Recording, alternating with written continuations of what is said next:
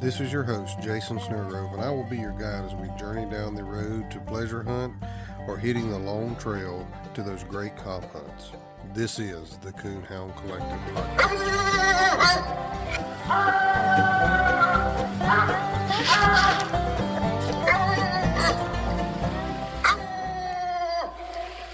Well, welcome back to another episode of the Coonhound Collective podcast. I am excited for this week's guest. We have a guest on this week, and I am excited. I put the question on Facebook that if you could guess who the guest was this week, I would send a sticker. No one has been able to guess who the guest was. So, he's going to be joining us via telephone. I'm going to get him on the phone here in just a second.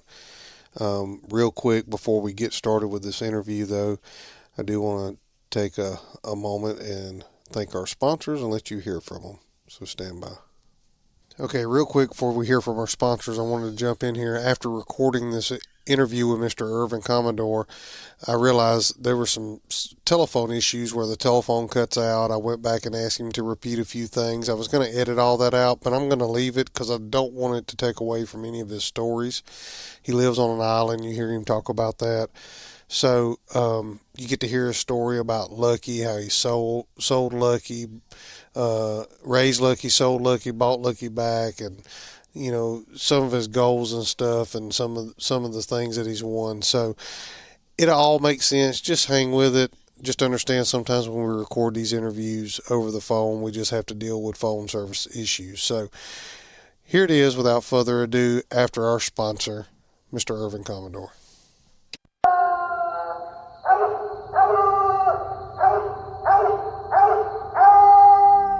Are you looking for a dog with drive, heart, hustle, a natural owner? Let me introduce to you a dog that fits that bill and then some. One that can add that extra gear to your females and the natural independence we are all looking for. One that when you need that clutch moment, look no further than Grand Night Champion PR coming in clutch, owned by Rick and Zach Gravetti. You can contact them about breeding at 636-234-5062 or find them on Facebook. Grand Night Champion coming in clutch.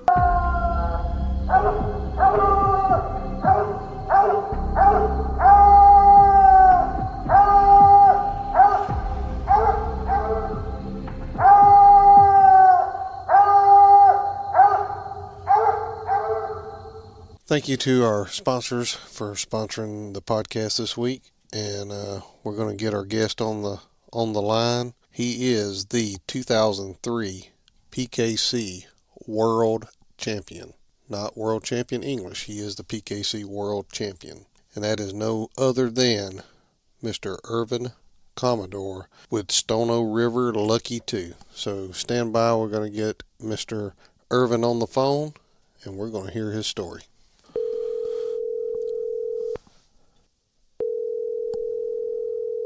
All right, welcome to the Coonhound Collective podcast again today.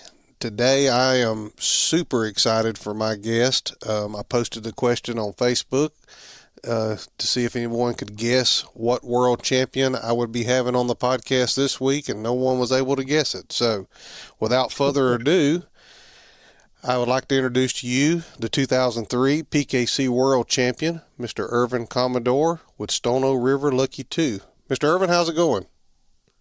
Going pretty good. When I heard from you the other day, it just kind of bring back memories again. Good memories. Well, I tell you what, I was doing some research about 7 months ago for the podcast, and I was looking through PKC's website, through some historical documents that they have there, and I run across you on there, and I thought, man, I've got to try to talk to this guy. And I've asked several people if they knew you, and they say, yeah, but I don't know how to get a hold of him, whatever. And so I found you on Facebook and sent you a message, and we were able to connect through a phone call. And man, I am super, super excited to hear your story today. So why don't you just tell us a little bit about yourself and kind of where you're from? All right. I'm from Watermill Island, South Carolina.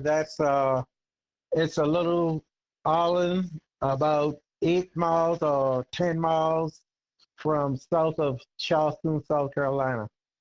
And I graduated in '73 from St. John High School, and I partially retired. I drive school bus part time and work on my. I got a '67 Chevelle, just about finished, and I was working on that for. I started working on them on during the COVID, and I got it complete. And I don't coon hunt.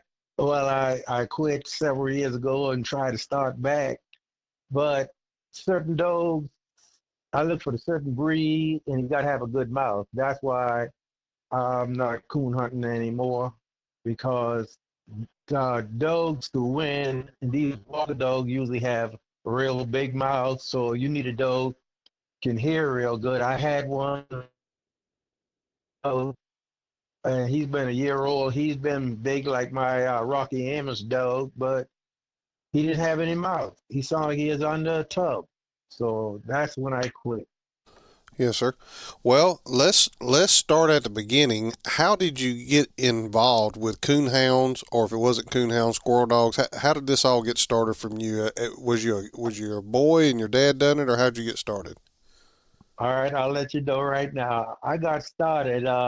My brothers, they was older than me. Three of them was older than me, and they go hunting. And this guy named Jesse Brown used to come over to the house. We hunt. They just hunt right around the house. But my mom wouldn't let me go because I'm in school and I'm like 10 years old, but I want to go. So on the weekend, I can go along with them, but not during the week. And man, it was real cold back then, back in the 60s. And I used to go outside, put on a coat, and listen to the dogs on the step. And man, when them dog trees, boy, that song, that's when I grew up, I'm going to get me a coon dog. So that's how I got started. And I started off with blue ticks and all this, and that worked fair, but it didn't work what I wanted. And then I started getting into it. And then I started with walker dog, and then I couldn't get them stopped from running the deer. So a friend of mine years ago, back in '81, Willie Craven, he had this English dog was boy's little Joe bred dog. And I said, man, I got a blue tick here. I think I can breed my red tick, my blue tick female to a red tick, a red bone to get some egg, some red tick. He said, no, it is a different breeding altogether. And Willie introduced me to Lee Waldo. And anyway, I got a tap bred dog from a female, but that didn't work out. But Willie had bred his Rosie dog to Joe Jr. So I get Willie later on, 2 3 years later. Her name was Stono River Jody. She was double Boy's Little Joe. They took a half brother off of Boy's Little Joe, which was Joe Jr., and took a sister. A Boy's Little Joe bred female, and they crossed it together. That's what get my Jody dog. Anyway, and she was a nice, good coon dog. A coon dog, but if the coons didn't walk, you don't hardly get her back. So she would tree, pretty good tree dog. She wasn't a hard tree dog, but stayed trees. And I said, I need more tree power. Jody had the go power. And Jerry Huddle said, I hunted with Bingo at the Grand American. He said, Ervin, that's a tree dog if you need one. So me and Willie talk, and I always studied dog pedigree and see if he crossed good with my dogs. And I was doing this for years, and I did it. I breed the Bingo 4 times, but the fourth time she died. Jody died 2 weeks before she had puppies. But I had the first litter. I had some good dogs. I had one named Bingo, and he was real good. And Jerry Huddle offered me a lot of money once I ended up selling. But I had the Rock dog, which was a brother to him. So Jerry said, he told Andy and some more people, so I bought Irvin bass, so Irvin don't have nothing left. And I told Willie, I said, I got one better than him. I wasn't campaigning him. This was rock. So Andy Mathis come and offered me some money, and I turned it down back in the I want to say the late '80s, and I turned it down on a Wednesday evening, and that dog got killed Wednesday night. It was in the summertime. Oh man. Um. Okay. So hold on before we go for that blue tick you had. Was it a registered or was it a grade dog? No, it was a registered blue tick, came from Jerry Huddle. Okay. Was you competition hunting then, or was you just doing it for pleasure hunting? No, it was pleasure, and I was trying to get to that point. Now, when I had Jody, the mama to those bingo dogs I had, Uh-huh. I started competition hunting. Okay. And was you PKC hunting there then, or was you just UKC? No, I didn't start PKC hunting until until I get the rock dog. I had two sets of rock dog, different litter, but I named them. Anytime I get a good one, I give the other one the same name. So the first rock dog I had got killed, and I said, "Oh, Bengal," so I breed back to Bengal again. Then I get the rock dog named Stono River Rock, and that's the dog I've been PKC hunting. After I ran him out, everybody I hunt against, they could not handle the dog, and they always calling the PKC guy. I try to think his name, Roy Trim, and Yeah, Roy Trammell. Roy Trim, and I'm trying to think Jarvis. I think that's the name. Yeah, Jarvis But Hunters. well, anyway, they said, "Why y'all always having problems calling in on Ervin Commador? You got problem with it?" So Tim talked to him because Tim was the PKC rep for South Carolina. Tim said, "I'll tell you what, this is what's wrong. The boy got a coon dog." This is exactly what Tim said. The boy got a coon dog. Everybody trying to beat him. They use all kind of different schemes trying to beat him. But Irvin learning the rules, but they cannot handle the dog. And that's why, as a matter of fact, I won the state of South Carolina top money winner in '95. And that was with the second rock dog, right? The second rock dog. Okay. And then I also went days in Orangeburg with the rock dog. I drove up against one of the dog was Red Cloud, and that's the dog on because I had dogs off of that dog, and you tell me you got a bluegrass image female, so we'll talk another time. I'll call you back and let you know something about that. But anyway, Okay. I won the state. You won the Go ahead. Southern English Days in South Carolina. Yeah. Is that your phone kind of cut out there for just a second? You won Southern English Days with the rock dog, and that's where you said you drove out with Red Cloud. Yes. Yeah. The night I beat him, he was about 4 or 5 of them. Anyway, Red Cloud, my rock come tree, and we had to wait the 5 minutes or how much time before we go to the tree. And then Red Cloud come tree, but Red Cloud is not with rock. Red Cloud was treeing, and he was so loud. The judge says, "Your dog so treeing?" I said, "I don't know." I said, "You cannot minus him." I said, "Let's walk in that direction." I said, "I never heard a dog that loud." So, but Rock had a good mouth, but he just drowned him out. In the swamp, voice echo more. Because my first bingo dog, I got him qualified for the World Hunt. That's when I sold Jerry Huddle. As a matter of fact, I sold him back in the '80s for $5,000. But anyway, we was in a quarterfinals, and we was hunting in the swamp, and bingo come tree, and the judge said, so I set my compass from the hill. So the judge said, "Let's go to him." When we get down in the swamp, we walk around in a circle because his voice, he would echo in the whole wood. That's how loud he been. So I tell the judge, "Let's go by the compass." That's how we get to him. I end up won the place, the top 100.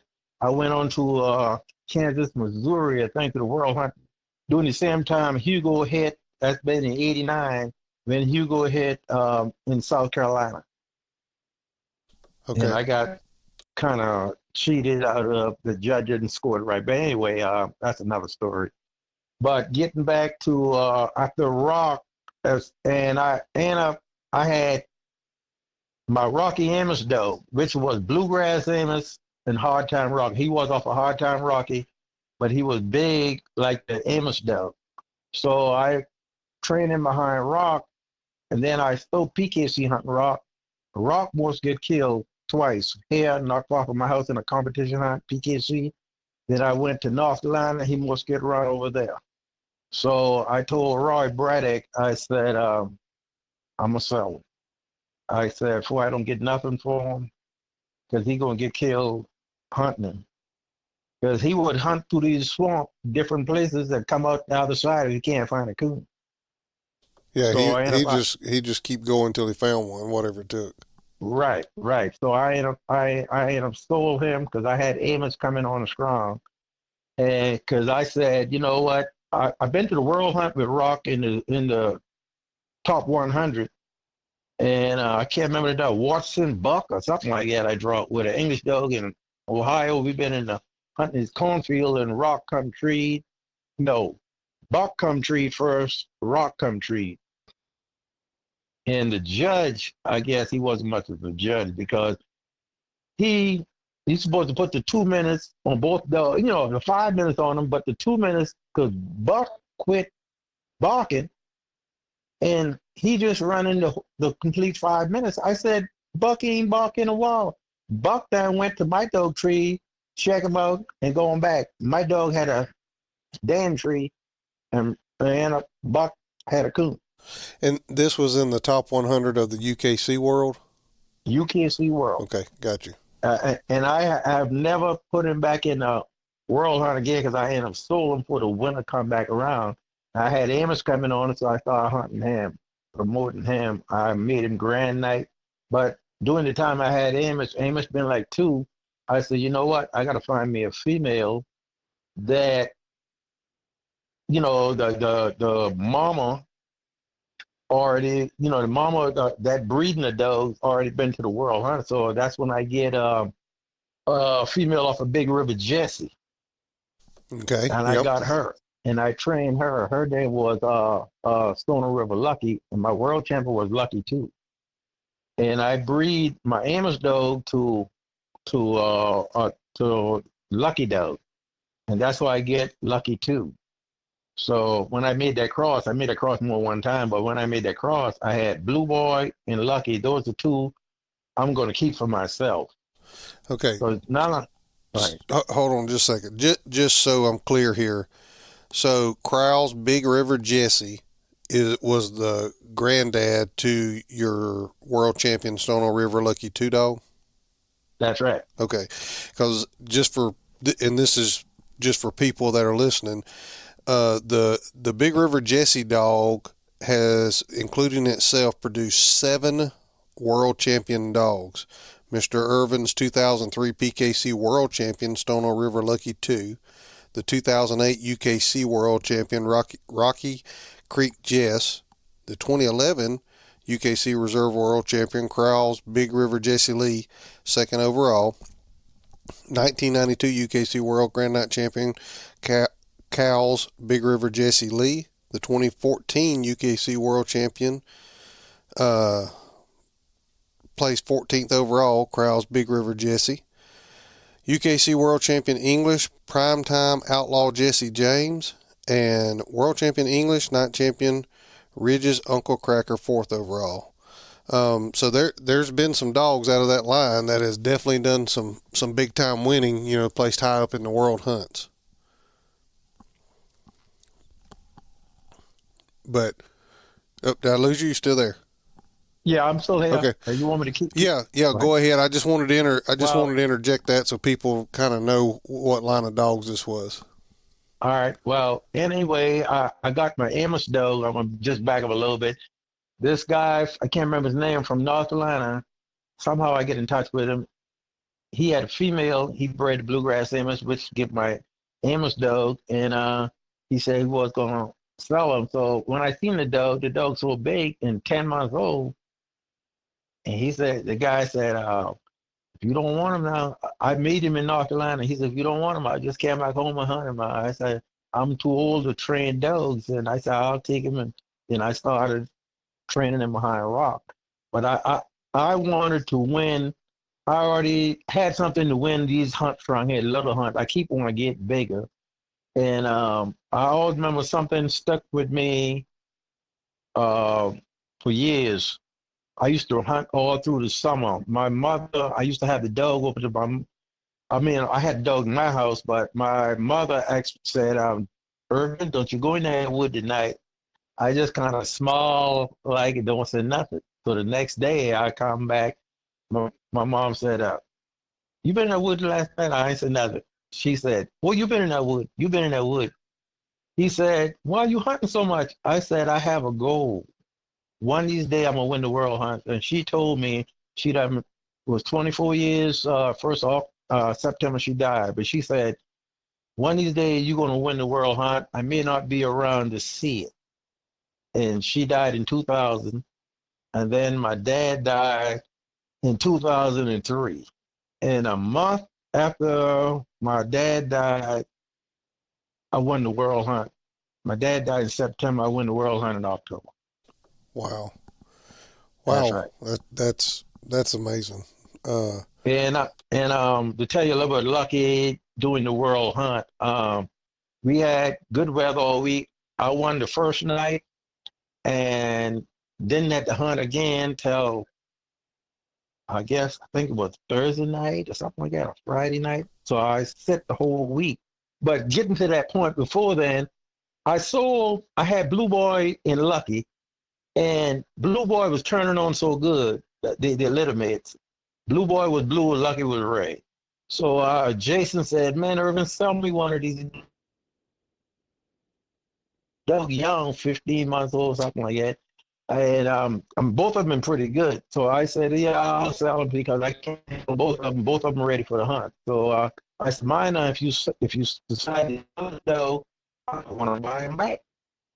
And anyway, he ran unlucky, and I had Blue Boy. It was a night champion, had 3 wins. Then I'm hunting also the Jody dog, which was a Rocky dog, a semen puppy. And I drove with Lucky. Jason had Lucky, and I had Jody. And Jason beat me because we drawed in competition because Lucky was faster. And Jody, both of us, about Jody was a tree dog out of this world. But anyway, so Jason beat me, and Jason ran him out, and I ran out Jody, and I later I've been sell Blue Boy because Jason he's going to sell Lucky, so I want to have the money to buy Lucky back. So later on, he said, "This we wait till the summertime." He said, "I'm going to sell Lucky." I said, "All right." He said, "I want $4,500 for it." I said, "Yeah, I'll give you $4,500, but I got to see him hunt." So he said, "Can't see him hunt now. She's in heat." So in the meantime, a week later, I found out that he sold him to Tim Kramer. So me and Frank Priestley used to hunt a lot together, and Frank said, Irvin, don't worry, you can get that dog back. Because Tim don't keep a dog. You'll find that kind of fault with him. And I had a dream that same week. I told Frank that I dreamed, so I bought Lucky. So I bought Lucky back, I think the 1st of September. I paid $2,200. And I thought, Lucky, man, Lucky ain't the dog he was this winter. I know I did on the shit. okay, hold on just a minute, Mr. Irvin. Your phone cut out just a grunt there. Oh, I'm What? sorry. No, no, no. You're good. You bought the dog back from you bought the dog from Tim Kramer, right? Is that what you said at the Tim first of Kramer September? could see, right, could see, Jason didn't stand up to his word. He told me, I told him, I said, Minor, I want to get the dog back if you decide to sell it. And then he wanted way more money, which he granted the dog up, but the dog was pretty good. But to me, he got better, as to get some age on him. So I bought Lucky back. I think Lucky been 3.5, something like that. I sold him a year and a half. And Lucky was looking good that year before I bought it. she would hit a track. When a dog go over there to cover them, when she bark here, and them dog get there, she done another 100 yards ahead. That's what she does. And matter of fact, she did the same thing in the world hunt.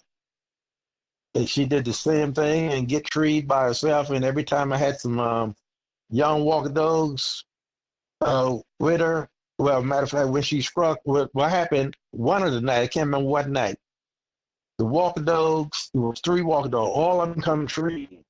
They strike and they treed. And I strike Lucky in for 25. And Lucky barked one time at the tree. And, I said to myself, I said, ain't no coon there. And Lucky trying to track, Lucky keep drifting off. Next thing you know, all those dogs on that tree get minus. They start going to Lucky. Every time they get where Lucky last bark at, Lucky done going another 100 yards. And then Lucky get treed, and I've been winning every night since. And I tell you what, I'll never forget.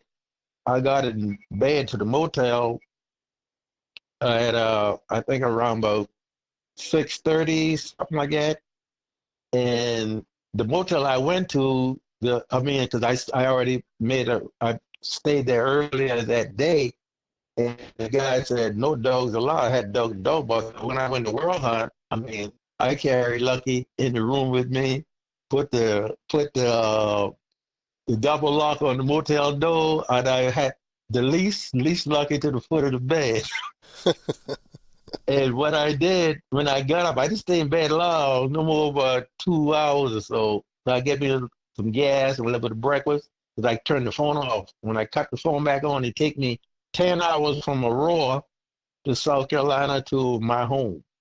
And that phone rang, and I talk on the phone for 10 hours. Because I had the charger all plugged up. And fast as I hang up from one person, they called me, congratulated me. And fast as I hang up, the other one would call. And I had people calling me for over a year. And I had like almost 200 calls I didn't get, missed and all this. And people started calling me later on. Wow. And So Jason had won $4,500 on the dog, but prior to that World Hunt run in 2003, when you bought Lucky back from Tim Kramer, had you hunted in some PKC hunts or any bigger PKC hunts like some Pro Classics or anything with it? no, I hunt Lucky in a couple of PKC hunt just to get the $100 win on them to go back to the World Hunt. But because I was hunting Lucky's sister. As a matter of fact, I had Lucky's sister named Stella. I got in the puppy derby, and I won 2 rounds with her.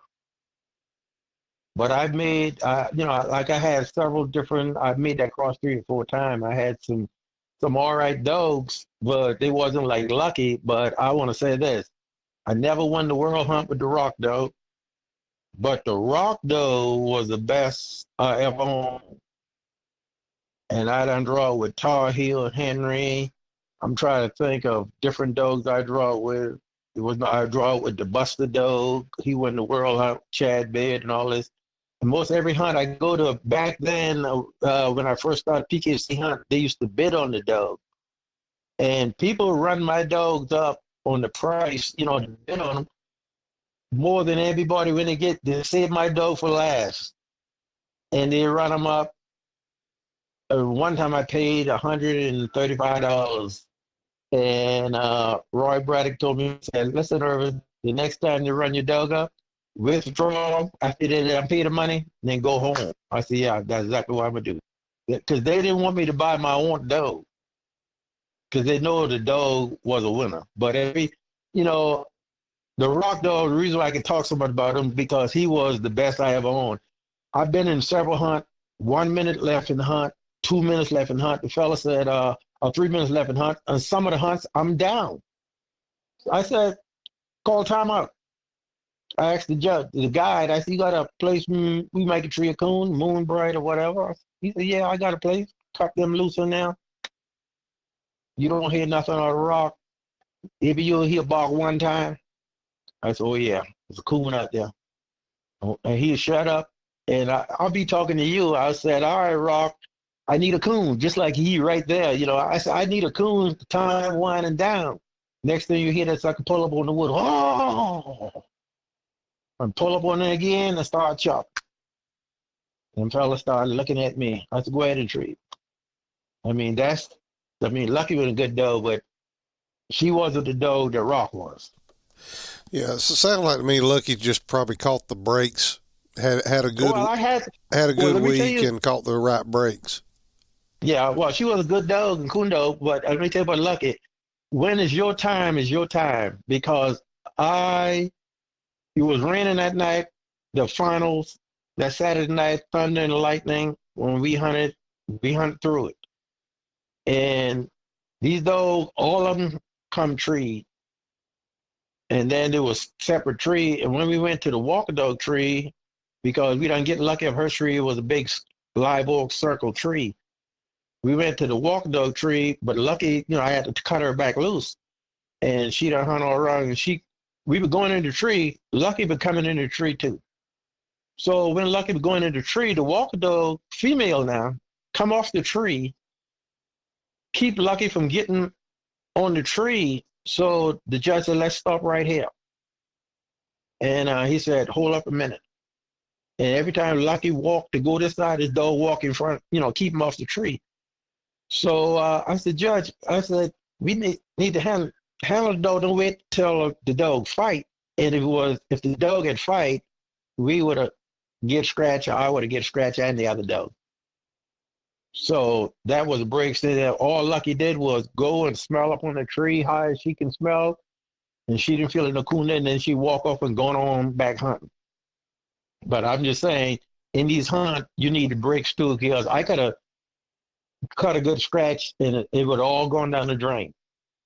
That was the final night of the world hunt. Yeah, that's for sure. Do you happen to remember the other people in the cast, other dogs in the cast that night? One dog I remember because John Strickland wanted to buy him. I'm trying to think of that dog. He offered his fella so much money before the dog got in the final four. Dog. I'm trying to think of the dog. What I tried I to want. I tried to look up that cast, but I could not find any information online on it. I think I had it. I think I got that cast, the scorecard. They give it to me. I think I got it in my garage where I work on my car at. I took it out the truck I had because I sold the truck. I think I got it, but I have to check and see later on. I'm trying to think one of the dog named Sam. That's the dog. But I don't remember the breeding. And then Ed Bates' son had a dog. Scott Bates had an English dog in there, a male dog. So me and him started talking before we went back out, and I said, "Man," I said, I, "When I get here, hunting. I was just hunting to win some cash, to win some money. I didn't know I could go this far because I said if Lucky, you know, uh, before I leave home, I was thinking Lucky ain't quite where I want her to be because I only had a month to prepare her. But like I said, I never lost a cast. I won 6 straight. Yeah, wow. Yeah, and I looked or earlier before we got on the phone, and she's still sitting at number 10 or 11 all-time money-winning English dogs Right. today. So that says quite a bit in my book anyway. When it comes to English dogs, I mean this happened 21 years ago Right. when you won the World Hunt, and she's still sitting there at number 10 or 11 on the list. Yeah. That's quite impressive. Yeah. I want to say this to any listener. If you got young kids that are hunting, just, tell them don't get discouraged and follow their dreams because that's what I did. I started off young, but I had my goal. I was looking at not the little picture because I started off low, but after I started winning these hunting, grinding out all these dogs, I want more. So the big picture of me one day win a world hunt, and I thought, sure, I was going to win the UKC World Hunt because I know I had a good dog with the rock dog. I know I had a good dog. So and With Lucky, the type of dog she was, shut up. When dogs get to her, then she move on with the track. But she'll open on the track, but she'll open pretty decent here and there. But when dogs get close to her, then she'll get off. Her mama did the same way. Me and Tim was hunting in a hunt one time, and I told Tim, you wouldn't get the tree on this bitch right here. I said, I don't see too much people get the tree on her. That's how fast she was. If dogs opening with her, she tighten up, she gonna get rid from. And that's the type of dog that almost like Lucky was. I think Mama was faster than her. Yeah.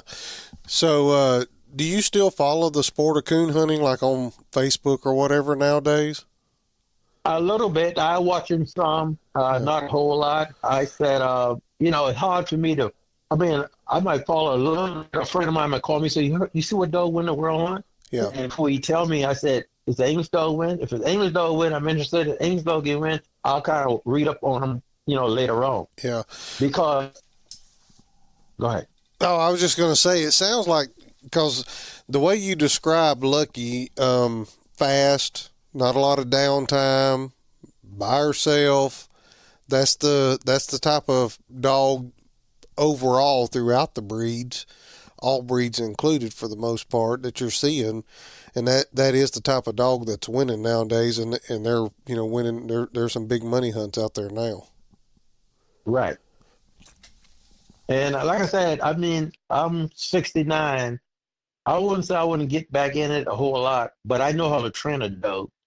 And if I get one with the right mouth, and I've had so much dog don't have the right mouth, so I get rid of them. Now, I forget to tell you, I had another dog I placed high in the world hunt with off a Jim Rich dog. This been in Orangeburg. I'm trying to think what year.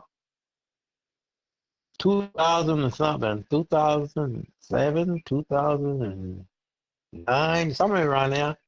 The AKC World Hunt. I played fine with him, but it was bright moon, cold, and everything. He wasn't. Hold on, Mr. Ervin. I lost you there for a minute.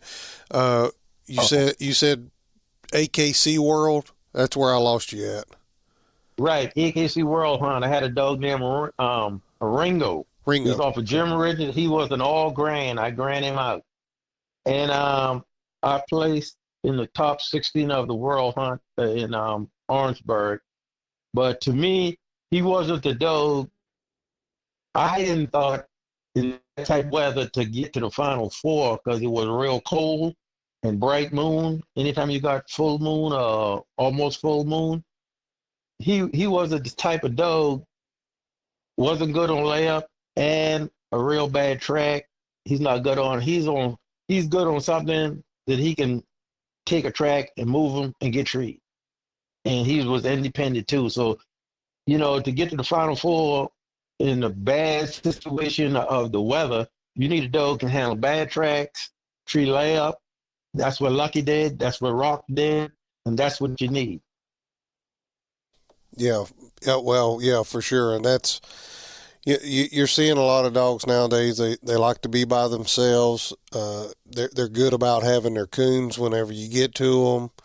And it sounds like to me that's kind of the dog you've been hunting for a long time.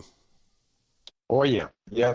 I started breeding I started going out and breeding to Larry Wilcox's dog back in the early '80s. And when I left there, I went to the Rocky dog. Then the Rocky dogs, there wasn't anymore. I had some semen I sold to a guy. I was supposed to be getting back 2 puppies, but haven't heard from him. But it's just a lot. Then I went back to I had the Bluegrass Amos dogs too, Yeah. And like we had talked on the phone, I have a semen pup here at my house, a little female out of Bluegrass Amos, and Mr. Morris Tart's penny female. And she's just turning 12 months old, and she come in heat on me, so she's laid up right now. But we're hoping to make a dog out of her by the end of the winter. What kind of mouth she got? She's going to have probably average or maybe even a little bit above average mouth. Well, let me tell you something. I've been breeding dogs for a long time, and I studied pedigree. And always, when you breed, if you're female, I'm just saying, for example, Barcolot on track is a good track dog, tree dog, but not all that good. You want to breed to the opposite. If your dog, if your female is not a real good tree dog, and you know of a good male dog that is a good tree dog, you breed it. Then you go get, most of the time you go get some of both, and that's what I get with that Jody dog when I breed him to Bengo. Bengo was a tree dog. Some people said Bengo didn't hunt hard or far or whatever. I didn't have that problem because my dog had so much go. I lost her a couple of times because during the time I was hunting her, we didn't have no tracking collar then. What I did, the one night I've been in a hunt, I couldn't get her. So I just I take off my sweater or coat, and this was 100 miles from home because the other guys, they couldn't catch her. She wasn't afraid of stranger, but if you didn't know her name and she didn't smell you, you're not going to put a hand on her. And what I did was leave my coat wherever I'd been at, turn her loose, she would come back there. And I going back 2 days, I think it was 2 days later, because the guy said, see the dog can't catch him. And I just went back there. When I get there where the coat was, I called Jody a couple of times, waited 5 minutes, here she come. So, I'm just saying we didn't have track and collar back then and all this, some of it. Yeah, I had a old black and tan and I didn't have a tracking collar either. I would, if he got out of pocket on me or got lost, I'd take my jacket off and lay it down, and the next morning he'd be laying on it when I come back to check on him. Yeah. But the Amos dog, because I had quite a few Amos dogs, I bought some, and then I bought this female off of Bluegrass Amos, and I sold him to Jack Ragley, and he said, I said, mine, I'm selling this dog one condition. I want a puppy. So he breed him to a Red Cloud, because I want something off a Red Cloud, because he's the loudest dog I ever seen on that tree. A special English dog. And he bred him. I called the dog Sherry. The man was a real good dog. This fella bothered me, my friend of mine. I want to buy this dog. I go into Indiana to the Super Steak. My wife called me, said, a lady said, he got your dog, got hit by a car. I sent my son back there. He said, all the dogs in the pen. Here it was, the dog that I let this fella have, but I let him have him with the agreement that I'm going to breed her when she come in heat. The dog got killed. He went out there hunting with no tracking collar and drinking. Oh, man. That's a bad But the Bluegrass Amos dog crossed good with the Red Cloud dog. Because reason why, because Red Cloud got Junior and Red Cloud was Rocky, but Red Cloud Bomber was named, I think, Dolly, and Dolly was off of Junior. And then he also had some Pine Hill True Boy in him. All those dogs had big mouth. Big mouth. And Dickie had another one named Billy Blue. He was off of that cross too. I think it was Billy Blue was off of that cross, akin to. But those dogs with the Pine Hill True Boy and Junior, and didn't have no Rocky in them. Then they had big mouth, but where they get the Rocky at when he breed to Red Cloud. Because like I said, Red Cloud had big mouth because coming from Junior. I went to breed to the Junior dogs back in the 80s, 81, 83, something like that. No, I didn't breed Blue Boy, but I didn't breed to Junior. I breed to Blue Boy. But during that time, I didn't have the money to breed to Junior. I wish I did. Yeah. Yeah. But I had a good experience hunting and training the dog. And most of my dogs, I trained myself because when I was young, I tried to buy dogs. People's not gonna say what you want, so I train a lot of dogs and I sell a lot because if I don't suit me, suit somebody else, and you'll be surprised. Just the coon dogs, how much money I made over the years. I keep a track for a while and then I quit. You want to take a guess? Oh, 50,000. 450,000. 450,000. No lie. That's right. Wow. I breed dogs, sell them, but I always keep every litter I breed. I always will keep one or two because 9 out of 10, the one I pick is not the one gonna be the best. It happen every time. And I sell these dogs for a lot of money. The guys want them better than me. Some of them come buy them up the chain. I said, mine, buy the dogs chain of your dog. Let me carry you hunting. No, I ain't got time to go hunting. They'll call me back. Matter of fact, when I sell the Ringo dog, I told the guy, don't hunt him, let him get used to him. I meet him because I was going to a competition hunt. He carried the dog hunt the same night, called me back Sunday morning, said, Ervin, I just want to thank you. I said, thank me for what? Triple single. He said, but I was doing this for a long time, selling dogs, and that's the way I was. And I started a long time back in '70s, and I was keeping a track account, and some of that money I told you about, some of that with hunting and PKC hunt also. Yeah. I won, pretty good with a rock that I win the most with Lucky. Yeah. Yeah. You was talking about Red Cloud there, and I've got a buddy in South Mississippi. He's got a female that's a semen pup off of Red Cloud, and out of, and I mean, you had talked about this, but my buddy Brett Stevens and sometimes co-host, Bingo Right. Star female, and she's got a pretty good mouth on her. She's a really nice dog. All right. But let me tell you something. I just saying, if I had a bluegrass Amos dog, and if I don't know if they had any more Red Cloud semen, but the dog I would go with, good to town. Oh, I know. Larry Wilcox, Cabo dog. He had semen, a gut semen. I had a good bit of those dogs. I crossed it with the Rocky dog. That's right. The Tabo dog. I didn't like the what the dog name he went the world hunt with? Top Gun? Top Gun. I breed the Top Gun. I didn't like them dog. I mean, me myself, I didn't like. I like the dog way better. Matter of fact, I breed the Top Gun. I mean Tabo. So the next time the female come in heat, Red Mosa, what dog you breed to? I said, go back to Tabo. He said, but Top Gun went the world hunt. I said, I don't care. I said, he got to prove himself. So the third time I'm going to breed to Top Gun, and I didn't like none of those hunts. So always stick with your first mind. Yeah. And that's right.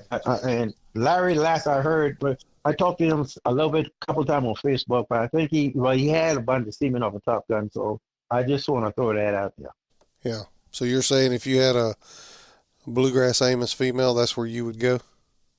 Yeah, if I couldn't find no semen close to a Rocky or a Red Cloud, that's where I would go.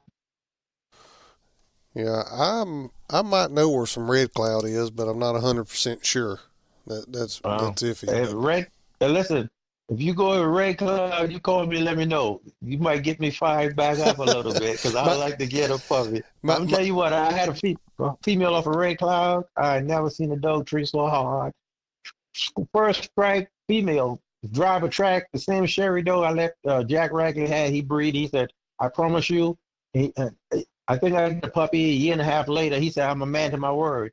And get that puppy. And man, that's the same one got killed when I went to Indiana to the Super State.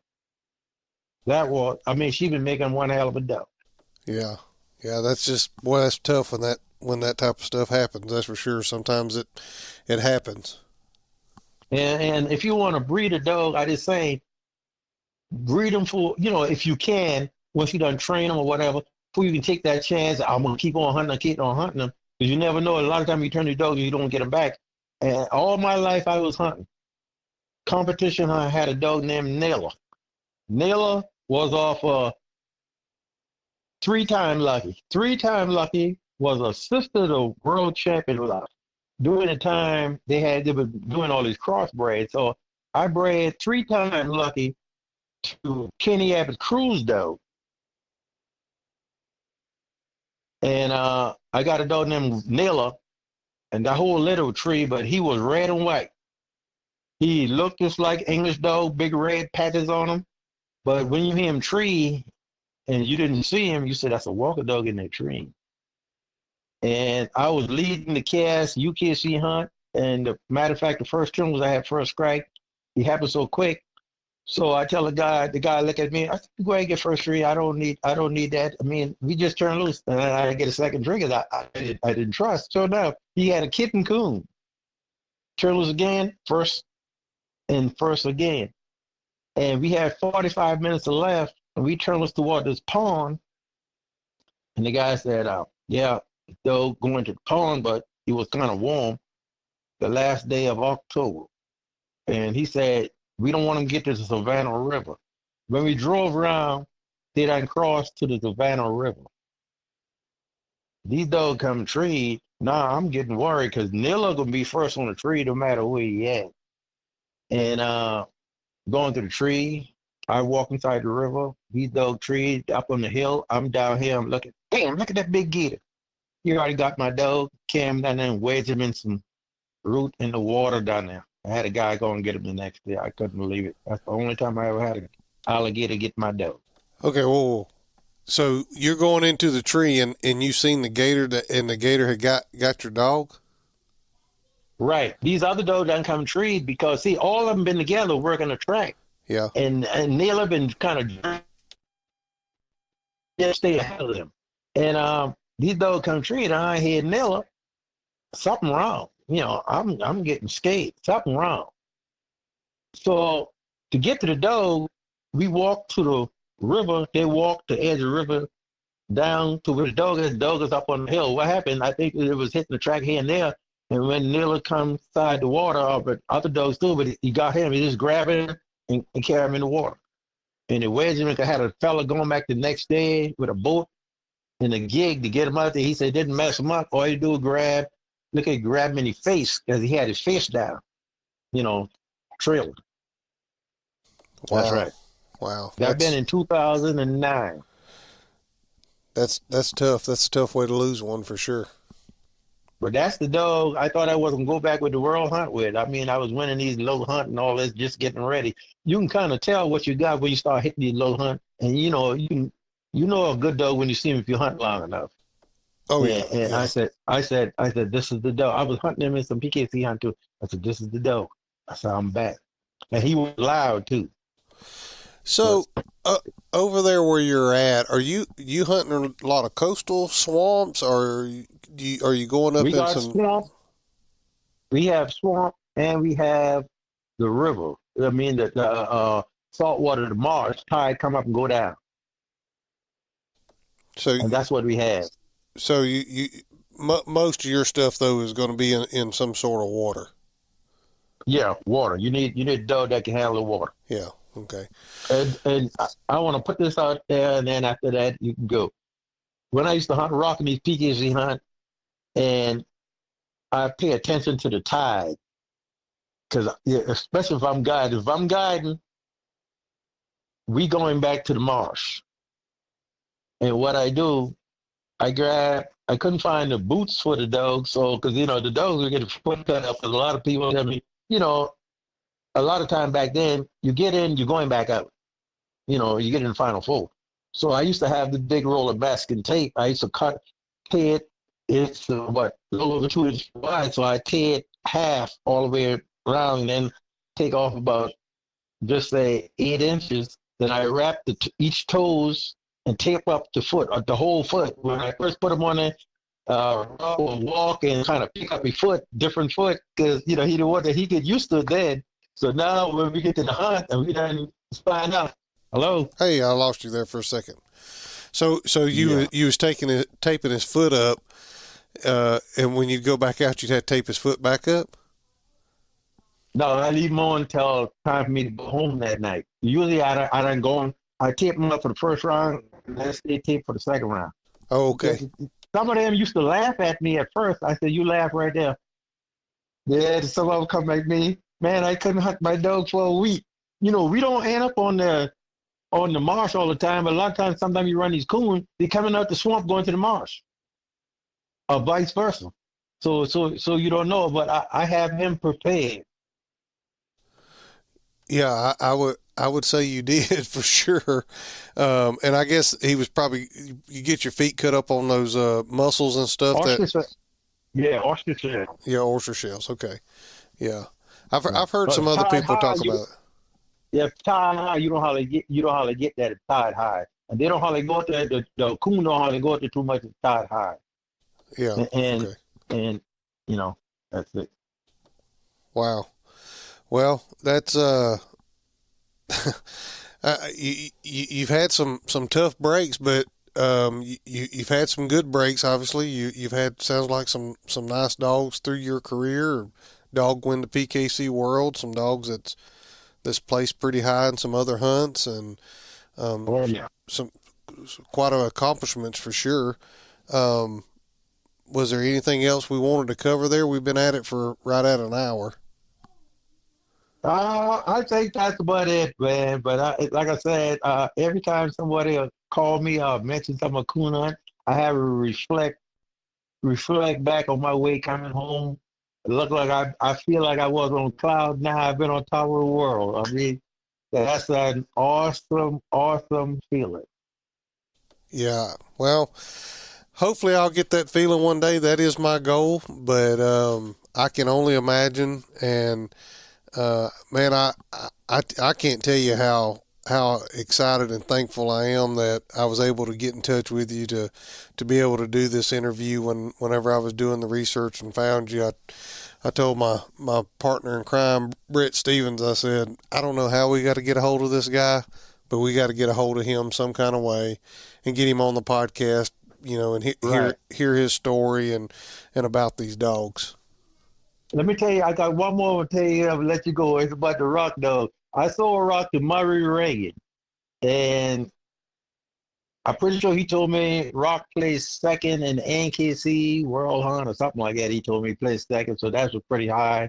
My breeding and all this too. So I just want to put that out there too. Yeah. Yep. Well, Yeah. if you don't have anything else, Mr. Ervin, I think we covered quite a bit, and I appreciate you sharing your story with me. And it was an honor to have you on here. And when I get this thing edited and ready for release, I'll shoot you a text message so you can listen to it, and we'll get it out there and get your story out there and part of the history of our sport. So I appreciate you sharing all that with us. All right, I appreciate it. I appreciate you. I'm just happy. I hope a whole lot of listeners was on there. Maybe they can learn or get something to contribute to the coon hunting world if they're still coon hunting, going at it. And like I said, I hope one day. I mean, every year they have a different breed to win, but I keep steady pushing for these English dogs to win again. And I hope, because you have Walker dogs win all the time, but Yeah. I want these English dogs to win some more too. I don't think no more. One English dog win since I win. That was the Jets female Reverend Moore I bought. Yep.